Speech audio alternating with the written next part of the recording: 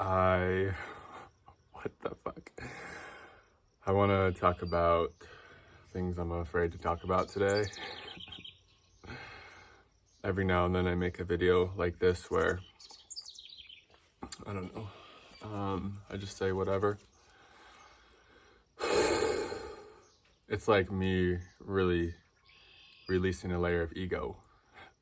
Because there's a lot of ego that can get involved in wanting to make these videos look a certain way or whatever. And sometimes being seen in certain ways is like terrifying, but then that layer of self that was like guarded and terrified of that, it melts and dissolves.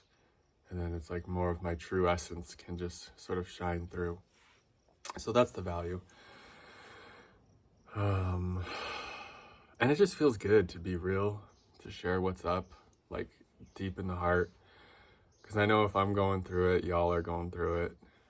Because we're all connected, right? We all face the same type of stuff in our hearts, in our humanity. Some deep ones coming up, right? Like some just like, just some like scary stuff we're facing. Anger for me. Anger at like not getting what I want. I think we're all, in some way, we're all tested in this way of like not getting what we want. And that can be one of the biggest gifts, because that's like the ego, having the ego structure kind of collapsing in that place, right? Having to surrender deeper to the divine, to trusting that the divine has a plan for us that is greater than what our mind can even perceive, or what the ego might think should happen. It's like over and over again, the divine just deconstructs that egoic will so that her beautifully orchestrated plan can fulfill itself. And a lot of times our ego will try to get in the way of that plan because it thinks it has a better idea of, oh, but this should happen, but I should be this person, I need to date this person, or whatever the hell. It has a myriad of ideas. Typically resisting what is. That's what it's so good at. It's built in to resist what is, and it says what is should change, and I should be getting this, and this person should be doing this for me, or whatever.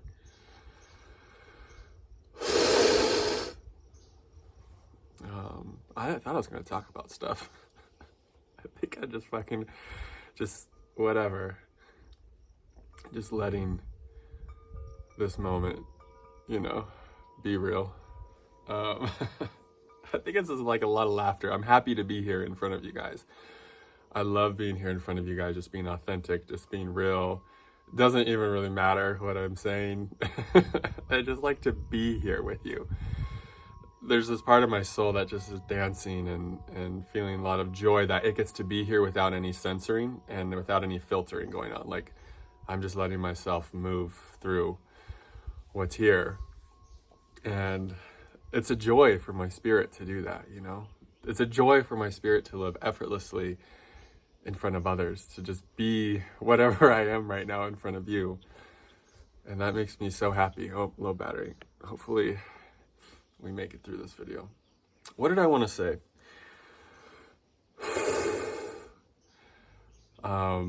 I guess I just wanted to be here in this kind of, this like, I have a beer coming up. Just joy though, there's a lot of joy here. And that's the thing, we can be so many things at once. We're very dynamic, we're energetic beings at our essence, at our core. So everything exists in this moment. Sadness, grief, despair, joy, peace, love. I think love kind of encompasses all of it. But I wanted to share something. I want to see if I can get there, if it feels real to share. There's this pattern that has been alive in my body where when I'm not getting what I want from someone, my heart will close down to them. That could be kind of anyone. Romantic relationship to friends, just anyone. And there's this new movement birthing in me where I'm seeing if I can keep my heart open to people when maybe they're letting me down, or they're not really giving me what I want. And it's really hard to do because it's really vulnerable to have your heart open to someone and to not feel like your heart can almost be like left hanging, right? And it's like a new territory for me. I can feel myself getting uncomfortable talking about it because it's so fresh in my system. It's something that it's like I'm rewiring a new pathway, a new habit in my own nervous system is starting to unfold. It's starting to take root. And so it's something I'm not even good at talking about. Let me just give a real example. And I'm always feeling, it's so interesting making these videos, I'm always feeling what's alive. And if I'm veering from what's alive, I always want to try to allow myself to come back to what's the most alive thing, right? And I think just what's alive right now is just being here, being in this unsteady place of I don't know what the hell I'm going to say next. Am I going to go back to giving this example that I might want to give, or am I just going to be here and be kind of like in this uncertain area? And those breaths are a sign that energy's moving, that this is what the divine is. The divine loves it when I'm in this really alive kind of unknown place. Maybe I'll start doing more lives too soon. Those really bring up this type of energy for me. But yeah, it's this energy of like, I'm here, I'm giving myself to the unknown, I'm letting the unknown kind of decide what happens next, and I'm not efforting, I'm not trying to say or plan, and I'm just surrendering to this movement of this moment, of this spontaneous unfolding of energy. And that's what feels so good. And so I noticed when in this video, that's what this is really for. Other videos can be teachings or whatever. And because sometimes that's the most alive thing. Oh, I want to give this teaching. But I think right now, I just want to be here with you guys. I just want connection. I just want to be seen in this way. I want to be seen as the one who doesn't really know, you know? It's a kind of a really profound shape to be witnessed in. And I think when I start going off into a story or something, it's just like, well, you know, it's not as alive. My heart was hurting because, this is vulnerable. Oh God, this is fucking gonna hurt to say, but be beautiful at the same time. My heart is hurting because I'm in love with this woman. Oh, Jesus Christ. I'm in love with this woman. And recently she asked for space because in our conversations, oh my God, this is like almost too, now there's a part of me saying, this can't go on YouTube. She asked for space I don't know if it's important to say why. I almost want to say why so it can make me look like it's still like I'm an appealing person. Like, I want to tell you, she asked for space not because I'm not an appealing person or something. But it's so funny. Can I just leave it and be vulnerable enough to be like, she asked for space. Does the reason really matter for this video? I don't, you know what I mean? Yeah, it's just, geez, vulnerable parts. So she asked for space and I said, you know, take all the space you need. And she said that made her feel really safe. And then I was like, I love when you feel safe. I don't know what's happening in this video. I'm kind of having this kind of a breakdown. You're watching an egoic part of me just kind of fall away. Something is loving it. And so I was like, take all the time you need. And then I realized, now it's been, I think, quite a while, longer than I anticipated. I thought she'd just take like, you know, a day, and then I'd hear from her the next day or something, but she still hasn't gotten back to me, and it's hurting my heart. It's made me feel sad. You know, I felt really sad about it, and just kind of like this longing and this craving to connect with her, because we have such a heart connection. And yeah, I really love her, and just her radiance and her being her really lights my day up, and and we usually talk every day. And so I'm noticing this part of myself today really hurting and kind of being like disappointed, like, oh, why haven't you gotten back to me? Like, it's feeling sad and just disappointed. And I noticed the tendency in this kind of situation, when this would happen in the past, that I would close my heart to this person, or I would turn them into an enemy, or I would say, I don't even really like them that much anyways, or something like that, right? This guardedness would come up. Because in the past, it was like too much for me it was too vulnerable for me to still have an open heart to them, even though they weren't giving me what I wanted. Like, a lot of those inner child parts, would come up and be like, she's not giving me what I want, so therefore kind of like, fuck her, or I don't like her anyways, or and sometimes they would do that, or even worse, they would kind of maybe even attack that person and be like, hey, what the heck, or really project a lot of that anger onto them, a lot of that hurt, right? Or maybe those fears of abandonment would come up, or the old wounds of being neglected. Because when we get bonded with people on a romantic level, a lot of times our inner child will think, oh, that's mommy, or this is the person who meets all my needs now. And so it's good when actually we have space from someone, or they don't meet a need of ours, to see what comes up in that space and what parts of ourselves that we actually get to meet, instead of like putting that burden on those close to us, right? And so it's like, I'm just going to slow down for my nervous system a little. This is a highly energetic video for me. It's like I'm moving a lot of stuff, doing this in front of you guys, this is really vulnerable. To just kind of really admit and own these parts of myself. Whew. So yeah, today it's interesting not getting those needs met, feeling the hurt, feeling like those wounds of me being neglected, or the fears of abandonment coming up, and just having to really let go and not projecting them onto her. And there is space in connections too, where you can reach out and say, hey, I'm feeling really sad that you haven't gotten back to me. And I considered doing that. It didn't feel totally true yet, or maybe I am not quite there to be able to do that. But I think that can be really valuable too, is sharing your heart, just being honest. And when they ask for space, we want to, kind of feel into our heart of like, okay, what's true here? And relationships are hard. Let me just break that news. Let me break that news to you guys, especially conscious relationships. A lot of times conscious relationships, they're not here to make us feel good. They're really here to help us grow. And that's what this connection is doing for me with this woman. Oh my God, I'm growing so much. And that's a really good thing. Really, really difficult though, right? Because I'm having to face all these parts of myself.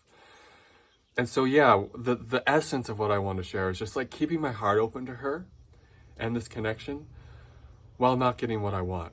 And it's like, because a lot of times when we don't get what we want in relationship, we'll close down. And then when we close our heart to one person, we tend to close our heart to the whole world, to everything. And so I'm just trying to keep my heart open and to keep feeling what's here and what's real. And something wants to say, and then there's a point, where we can have healthy boundaries, and we can communicate to people, hey, actually, this isn't working for me, and having the courage to see, like, maybe a connection, even though we love the person so much, maybe it just isn't right for us. And that can be super hard too, because a lot of us, when we love someone, we want to hang on and we fight for it, and we'll struggle and we'll do everything we can, and sometimes it still just won't work. So feeling a lot of deep heartache there. Like, sometimes we have to face that heartache too, of we've done our best here, and maybe it's time to move on. And I'm not saying that's real for me in this connection. What feels real right now is just to keep the heart open. But I think as we keep the heart open, even when we're in pain, we'll get really clear guidance about like what's best for us when it comes to honoring our own heart. Like, what does our own heart need, our own nervous system need? And sometimes that is just communicating to the other one, like, our needs, and seeing if we can find a place where both of our needs are met, right? And so I'm not sitting here trying to, obviously, today I'm not sitting here as one who is pretending to have this all figured out. I'm just sitting here as someone who's navigating it in real time with you guys. And just being seen in this vulnerable way really helps me navigate these areas. And kind of, I get to find what's true for me. And yeah, it's just like feeling the heart hurt. Just feeling like, yeah, I wish there's more communication in this connection, I think. Feeling sad. I feel, it's like this part, it can be both things. It can be like beautiful that this connection's bringing up these wounds rooted in neglect and abandonment. That's beautiful. But it can also be like learning in this situation that actually my needs in a romantic relationship or in this type of connection are maybe a bit more communication in these spots. You know, I tend to sometimes, I go from anxious avoidant to anxious attached, just depending on the connection. Like I swear different connections pull out different aspects of me. I think we can all kind of be both sometimes. But yeah, it's just being with pain today is like being with the hurt. Like, oh man, she's not messaging me back. Sad. Can we just be there and not make it mean anything about us or even them or the connection, but just like, damn, this hurts. And that's true power. True power is taking the shapes and being the shapes that you're most afraid to be, that are real. True power is being real.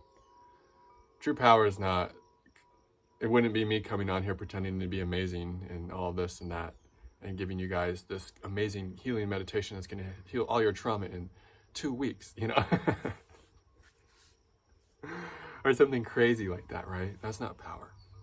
I mean, yeah, if I had that kind of meditation, of course I would say, hey guys, this is the real, check this out.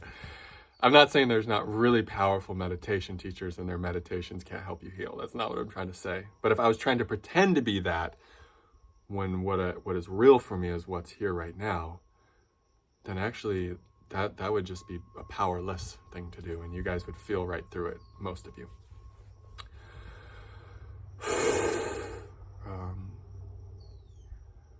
Yeah, it feels really powerful, actually, just to be real. Even if real is a little bit heartbroken and sad, or a lot heartbroken and sad.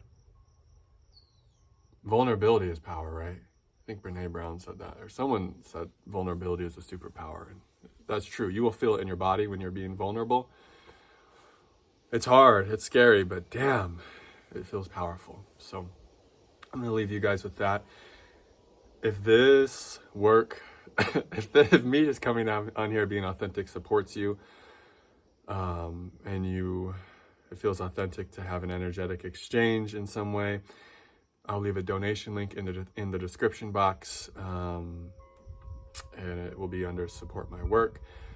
There's also a way to join the Patreon channel as well, and I'll leave a link for that community in the description box. So other than that, just thank you for being here. Thank you for witnessing me today. It was truly an honor to really just bare my heart to you, to bare my soul to you. And it's lovely to be meeting so many new, amazing souls. And just thanks for being a part of this community. Yeah, it's such a blessing to have all of you here. And so until the next video, sending you all so much love and namaste.